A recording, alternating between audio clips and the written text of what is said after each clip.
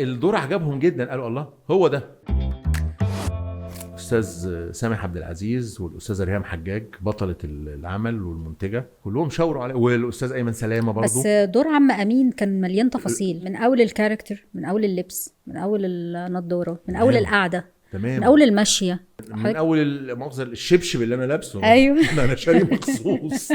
كل حاجه. وده برضو بيرجع لشركه الانتاج اللي ما كانتش مستعجله على اي حاجه. كل انت حاجه. اخترت الحركات، يعني كلمنا على اختيار ده النضاره ده. آه. يعني الاستاذ سامح انا عرضت عليه، قلت له امين ده يلبس نضاره شكلها غريب شويه، راجل قديم ايوه. فيلبس نضاره كده، فعرضت عليه كذا وقال لي حلوه دي. الاستاذه رفاء اللي هي الستايلست اللي ماسكه المسلسل بعتت لي لبس كذا لبس، فقلت لها ايه رايك عم نعمل كذا، يعني امين ده يلبس بلوفر، ما يلبسش بدله، مش اخر موديل ده، اخره شيرز زي ما بيقول. انا عندي دريسنج روم في شقتي، عندي فيه ملابس يعني شايلها، يعني تعجبني حاجه نضاره معينه اشتريها، بنطلون معين مثلا تتخيلها في دور لا معين. بشيله، انا غاوي ده. اه. فعندي اوضه كامله فيها لبس قديم او حاجات ممكن استخدمها في عمل ما ممكن، فده دي غية عندي.